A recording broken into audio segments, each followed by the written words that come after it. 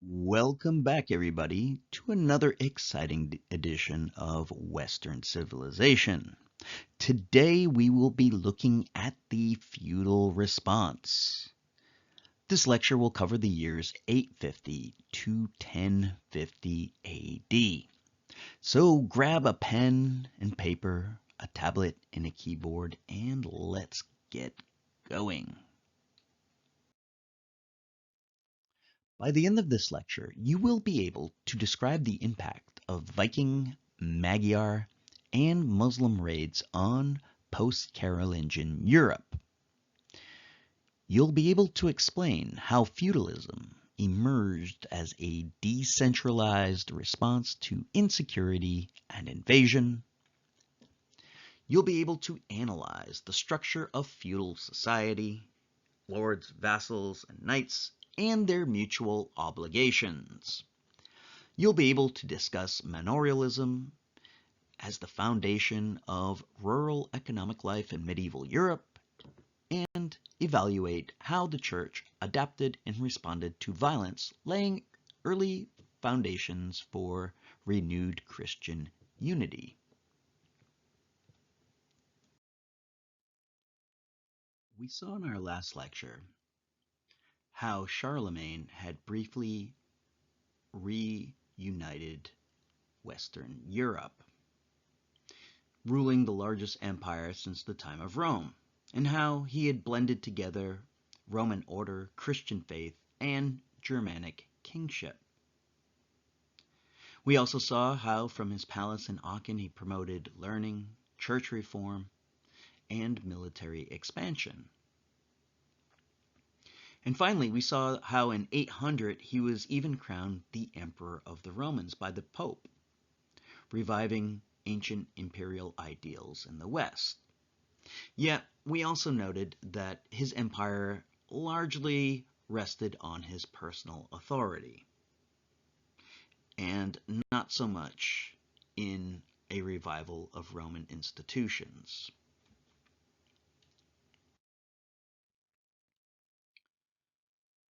What we're going to see in this lecture is that a new world is going to take shape in the aftermath of Charlemagne. We noted that after Charlemagne, his empire was fractured into rival kingdoms, and that with no central power, Europe grew vulnerable both to internal division but also external invasion. New threats like the Viking, Magyars, and also Muslim raiders were going to emerge. And in the absence of imperial protection, local lords will need to step in. From this crisis, feudalism and manorialism will emerge as new institutions that will begin to shape European life. This is the story of how Latin Christendom survived, not through unity, but through local adaptation and resilience. So let's jump in where we jumped off, or left off last time. At the end of the last lecture, I had mentioned that Charlemagne's grandsons had divided up his empire amongst themselves through the Treaty of Verdun, creating three rival kingdoms. Under Frankish Germanic customs, kingdoms were looked upon as the personal property of a ruler. And it was Germanic custom that a ruler divide his empire equally among the number of children that he had. And so Charlemagne had one son that survived, Louis, and so his empire was able to be maintained, but Louis had three sons that essentially survived into adulthood, and so he needed to divide these three kingdoms together. And so this obviously weakened the kingdom, as these three sons didn't particularly like each other. And this was only further exacerbated exacerbated in later years as a type of power vacuum began to emerge. And kingdoms were further divided and rulers broke off, and the next thing we had was a fragmented landscape that bore little resemblance to what Charlemagne had left merely a century or two earlier. It was during this time, as local lords were fighting amongst themselves and there was no standard armies and no centralized defense, that outsiders began to sense the vulnerability. The greatest threat was going to come from the north, from Scandinavia. This is the area that would be modern-day Denmark, Norway, and Sweden. And it was here that the Vikings would emerge. The Vikings, in many ways, were a lot like the Germanic barbarians of centuries earlier. Worshipped a lot of the same gods. Their languages were related. But they had one important exception. The Vikings were seafarers, and so they're really fascinating people.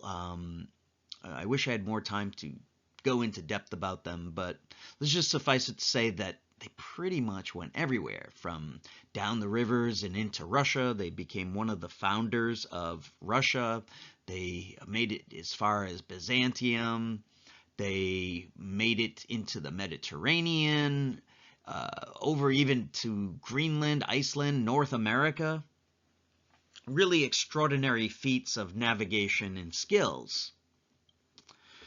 But for our story, their biggest impact is going to be as raiders, coastal raiders. And later as settlers too, because many of them would settle in places like England and in northern France, where they're going to play a really important role. What made the Vikings so formidable, aside from their ferocious warlike culture, were their longboats. These boats had a shallow draft, which meant they were not only capable of going overseas, but also up shallow rivers. In certain cases, they could even be carried. And so this allowed the Vikings to appear seemingly out of nowhere, attack and raid and disappear just as soon as possible. And so they began by attacking coastal towns and rich but vulnerable places like monasteries, which are often in isolated locations, but were actually endowed with a lot of gold. And so they started off attacking relatively vulnerable places, burning them, looting them, and carrying off slaves and prisoners. But these early successes soon inspired imitation, larger fleets, and soon Vikings were going upriver and attacking even major cities. Maybe their most audacious target was the targeting and sack of Paris, the capital of West Francia. So really, really formidable and an audacious foe. And like I said, seemingly coming out of nowhere, and seemed to be little that the weakened and fractured powers could do to stop them. To make matters worse, this wasn't the only threat that Europe was facing at this time. True, the Scandinavians might have been the most formidable and the most long-lasting in the north, but there were other just as serious threats. From the south, Muslim raiders began to attack Christian territories in the south of France. They conquered Sicily, and they even attacked and sacked Rome at one point, the capital of Christianity, or at least Western Christianity. To make matters worse, there were also threats from the east. Um, these nomadic tribesmen from Central Asia. In this case, these were known as Magyars. They began to settle and to raid in what is now modern-day Hungary and to attack into what had been Carolingian territories. And so Rome was really faced with Europe was really faced with a 1-2-3 punch here.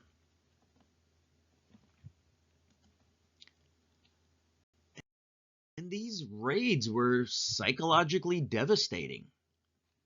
Churches and monasteries were burned, relics were stolen, monks were killed. What little trade there was collapsed as towns shrank even more than before. Long-distance commerce, what little there was, faltered even more so. And this really spread terror and trauma into a population that retreated even more into rural areas and even more into defensible locations.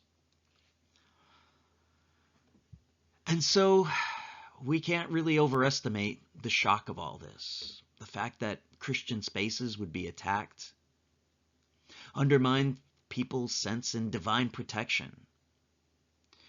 And the Carolingian legacy seemed to be unraveling.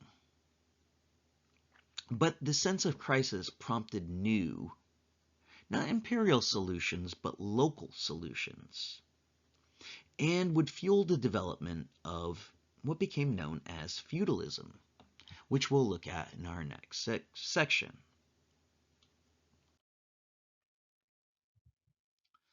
And so, under these conditions, it was clear that whatever central authority existed wasn't able to protect people. The successors to Charlemagne weren't able to put up an adequate defense. There was no centralized rulers that could protect people. If kings couldn't protect their subjects, the response would have to become local. And that's really how feudalism is born. It's born as a local response to the government as it existed, if it existed at all, their inability to adequately defend people. And so it really fell to local strongmen. Local landowners, whether they were counts, dukes, barons, they became the regional protectors. They built castles. At first, these were humble structures, but they would gradually grow into more formidable structures. They would raise private militias, and they would oversee governance and justice. And so loyalties really became local. They shifted from distant kings to these local power holders. And this is really the nature of feudalism, localized power. And these lords would act as like little miniature kings, issuing laws, collecting rents, and even waging private wars. A new fixture also began to appear, and these were mounted knights. They would become the dominant force in warfare.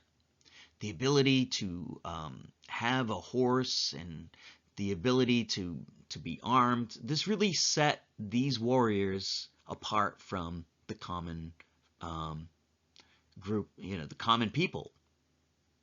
This equipment was expensive, and only a land-holding nobleman could afford to keep these, to arm themselves like this. And so knights really started to become a distinct warrior class, tied to this idea of land for service that we'll explore. And so knights would become really the foundation of this new feudal order. And so feudalism evolved really out of necessity. There wasn't a grand design. Nobody sat down and thought up feudalism. It was really just local responses to the chaos that ensued over these years. Lords, these were powerful individuals. They would seek to attract loyal individuals, loyal warriors to their service. And to retain these people, drawing on older Germanic traditions, these lords would hand out gifts, usually in the form of lands. And so let me introduce a little bit of medieval terminology.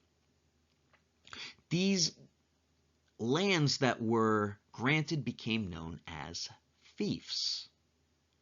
And the person that these lords would hand out these lands to rule on their behalf would be known as vassals. So the vassal would serve under a lord, and he would be granted land in return for his guaranteeing the lord that he would come to his aid if necessary. This land for military service became really the backbone of the feudal system. And so this system was a very personal thing. You would agree to serve your lord in exchange for these lands. And so you would have to swear an oath of loyalty or homage. Okay? And then you and the lord would enter into a type of relationship. He could call on you in times of need, and you would get your land, and you could call on him as well.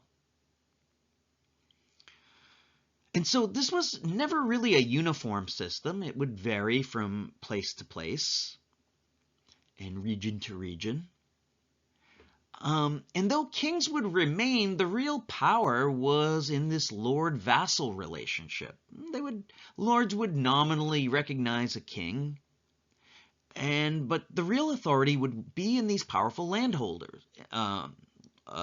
with these powerful landholders. And so if you look at France in the year 987, you can see it just looks like a quilt. The lands that the actual King of France controlled were this area in light blue here around Paris. This was the only place the king actually physically ruled. Now, all of this area of West Francia, or as we'll call it, France, was nominally under his control, but you can see that great lords like the Duke of Aquitaine or the Duke of Flanders or the Duke of Normandy, they held a lot more land than the actual king did. And so at this point anyways, they're going to have even more authority than the king. The king will, they'll pay lip service to the king, but these are powerful rulers in their own regard, capable of fielding many more knights than even the king would. And so these individuals who could retain all these knights were the real leaders of this feudal society. And so this system, as imperfect as it was, did provide some form of security. These lords who had their fortified locations were the real foundation and really the ones who were able to protect people from these incursions. And so what I want to turn to now is manorialism, which is going to be the economic heart of this system. With long-distance trade really disrupted and cities declining, and for the most part, with few exceptions, non-existent, the economy really became localized. With Vikings and Magyars and Muslim raiders, there really was very little in the way of trade, and certainly not in long-distance trade. And so the manor, this would have been this self-contained unit that would mostly produce almost everything it needed.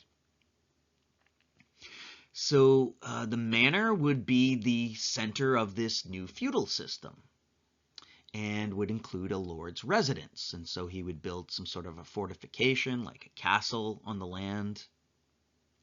It would include all the farmland that would feed not only the peasants who would work this land, but also the lord himself. Lords would not be doing work, not physical work. Their job was really to defend or to be ready to serve their greater lord. And so the manor was really a localized, self-sufficient unit, capable of producing all the food, tools, and clothing that it would need. It would often have a church with a humble little priest who would serve the needs of the manor. But that would be it. And this is how the warrior aristocracy would support itself. And so if you swore this oath of loyalty, you would be granted some sort of a fief that would include like a manor, or maybe even several manors to support yourself. And so it would be peasant labor that would provide enough surplus to support not only them and their families, but also this lord. And so I want to turn to these workers. Under these times of great insecurity, many formerly free peasants became dependent on one of these powerful defenders. And so many people who had been free, maybe during the Carolingian period, sensing the vulnerability of these raids and lacking protection, surrendered their autonomy in exchange for security to a local lord, meaning that they would bind themselves. They would swear an oath that they and all their descendants would work on behalf of this lord on his manor in exchange for protection and the right to work this land. And so these people became enserfed or bound to the land. They weren't legally able to leave it after this point. They became little better than slaves, essentially. And so, as part of this arrangement, they would owe certain work days to the lord. So if the work week was 6 days, you might work 3 days on the lord's portion of the manor, and the other 3 days you would work on your own. And so you were obligated to pay for this protection and pay for the right to use this land, not in terms of money, because there was little money in these uncertain times, but you would pay in terms of agricultural produce. And so this created a society that was very hierarchical, all the way down from the king to the lords to knights to bailiffs, or the people like in charge of the manor that would actually run the manor, like this guy here, all the way down to peasants and then to serfs. And again, this was not something anybody drew up, but a pragmatic response to unstable times that could provide at least food and order, and could enable these warriors the luxury of being able to fight. But it also created a very inward economy that further reduced any sort of trade.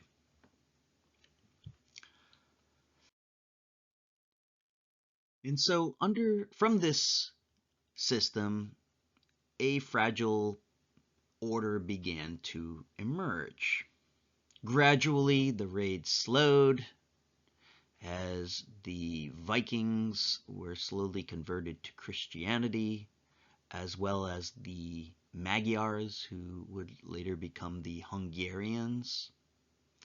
The Saracen raids mostly stopped. That is, the Muslim raids from the south were largely stopped, and life became more stable. An important transition in this was Otto I, who's pictured here. Otto was able to defeat the Magyars, and he was crowned Holy Roman Emperor, which revived that title, which had fallen out of favor. Over in France, a new dynasty, the Capetian dynasty, emerged. And unlike the earlier Franks, this would be hereditary kingship. So the oldest son, this is called primogeniture, where the oldest son, so the territories of the Capetians weren't divided up anymore. The same was true for England. A new dynasty was able to unite England, the Norman dynasty, which ironically were distantly descended from Vikings themselves. And these dynasties would begin to forge a longer lasting peace. They were more successful. Lords began to consolidate their territory, and the beginnings of some proto-states began to emerge. But recovery wasn't exactly restoration. Not like the central power never returned quite like it did under Charlemagne. Local lords would continue to hold a lot of power for several centuries to come. Under powerful kings, these, like Otto I, for instance, these powerful lords could be kept in check, but under weaker or younger kings, they would often assert their independence. The church was also transformed and also emerged as a type of arbiter. Um, in the chaotic centuries that make up this period, many bishops had actually become feudal lords themselves. They became great landholders. And so oftentimes in these unsettled times, kings would appoint bishops. And bishops would, there were even cases of warrior bishops who would wield military power. And they became essentially little to distinguish them from their secular counterparts, except that they were technically churchmen. But in all reality, they were just really another type of nobleman. You know, except oftentimes they were just related to nobles. They were drawn from noble families, and so they really had, other than their titles, they weren't really very churchy. And so, some of these would even lead troops into battle, which is kind of strange. In other instances, though, the church emerged as a critic of the feudal order. One of the things that we'll see emerge is that feudal lords would defend Europe against Vikings and Magyars, but they also were very capable and often did turn their hostility toward each other. They would squabble and they would fight almost incessantly over pieces of land and fiefs, and without strong kings, this would really become a problem. And oftentimes it would be peasants who would be slaughtered, or it would be their territories that would be plundered. And so in a lot of ways, local lords could be just as bad almost as these outside invaders. And so it was during this period that the church began to try to curb some of this. In the late 900s, the church began to sponsor what became known as the Peace of God and the Truce of God movements. And this was an attempt to try to restrain knightly violence. Under the Peace of God, the church tried, with some success, to get the knights to protect non-combatants. Basically civilians, people like the clergy, peasants, don't attack churches. And this was an attempt to try to instill some morals into what was otherwise a pretty violent group of people. The Truce of God tried to take this even further by setting aside certain days when you couldn't fight. All right, so to kind of give peace to on certain days, like religious days, which were many, and on certain days of the week you weren't supposed to fight. And this had some limited success, but this was kind of the rudimentary origins of chivalry, which the church would also be part of. Try to channel the warrior behavior into something more productive, into the knightly ideal. But that would be a couple of centuries in the future.